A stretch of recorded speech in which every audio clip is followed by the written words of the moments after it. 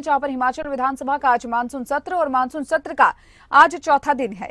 सुबह 11 बजे से सदन की कार्रवाई शुरू हो जाएगी। विधायकों की तरफ से कई निजी संकल्प लाए जाएंगे। प्रश्नकाल के दौरान सदन का मुद्दा गरमा सकता है। हिमाचल में सदन की कार्रवाई 11 बजे से शुरू होगी। विधायकों की तरफ से निजी संकल्प लाए जाएंगे। प्रश्नकाल के दौरान सदन गरमा सकता है। कई मुद्दे हैं जिन पर चर्चा सदन में होनी है। विधानसभा का मानसून सत्र और आज इस मानसून सत्र का चौथा दिन है।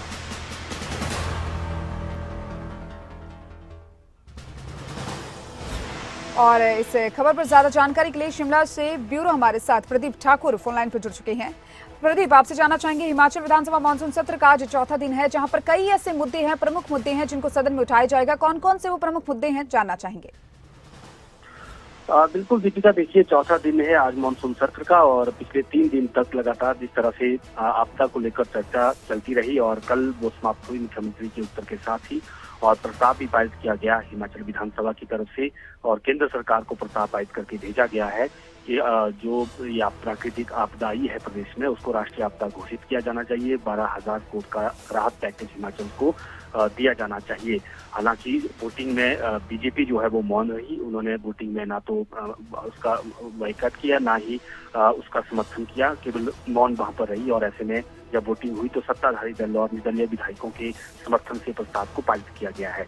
आज चौथा दिन है और आज प्राइवेट मेंबर डे है, यानी जो विधायक हैं वो अब निजी संकल्प आज लाते हैं और उसमें कुछ महत्वपूर्ण मुद्दे होते हैं जिसके ऊपर सदन में वो चर्चा लाते हैं। और इसमें आज के लिए जो लिस्ट हुआ है प्राइवेट मेंबर डे के लिए, जो गैर सरकारी सदस्य दिवस के तौर पर जिसको जाना जाता है, उसमें भवानी सिंह पठानिया हैं और इनकी तरफ से जो आज प्रस्ताव लाया जा रहा है उसमें जो बेसहारा पशु हैं, सड़कों पर छोड़े जाते हैं, जो ऐसे लोग इस तरह का कृत्य करते हैं उनके खिलाफ कड़ी कार्रवाई की जाए और उनके जुर्म को संगीन माना जाए और अधिकतम एक साल से लेकर अधिकतम 3 साल तक की सजा का प्रावधान हो, इस पर नीति बनाने का सदन विचार करे। इस तरह का प्रस्ताव उनकी तरफ से दिया गया है। जीतराम कटवाल हैं, ये बीजेपी के विधायक हैं और इनकी तरफ से भी यहाँ पर जो है प्रस्ताव दिया गया है कि भारतीय प्रजातंत्र और कल्याणकारी राज्यों में चिन्हित संवैधानिक प्रावधानों के अंतर्गत सामाजिक और आर्थिक सुरक्षा को सुदृढ़ करने और विषमताओं के निवारण वाले ये सदन नीति बनाने पर विचार करे। तो ये इनकी तरफ से दिया गया है। इंद्र रत्न लखनपाल की तरफ से भी एक महत्वपूर्ण मुद्दा दिया गया है और इसमें जो प्रदेश में निजी भूमि पर एक खेत से दूसरे खेत में जाने के लिए जो गैर मुमकिन रास्ते होते हैं, यानी वो आइडेंटिफाइड नहीं होते हैं, लेकिन अगर किसी का दूसरे का खेत बीच में पड़ रहा है और वहाँ किसी को आने जाने नहीं दिया जा रहा है, तो इस तरह से कई चीजें लोगों में जो है लड़ाइयाँ भी होती हैं, परेशानियां भी पैदा होती हैं।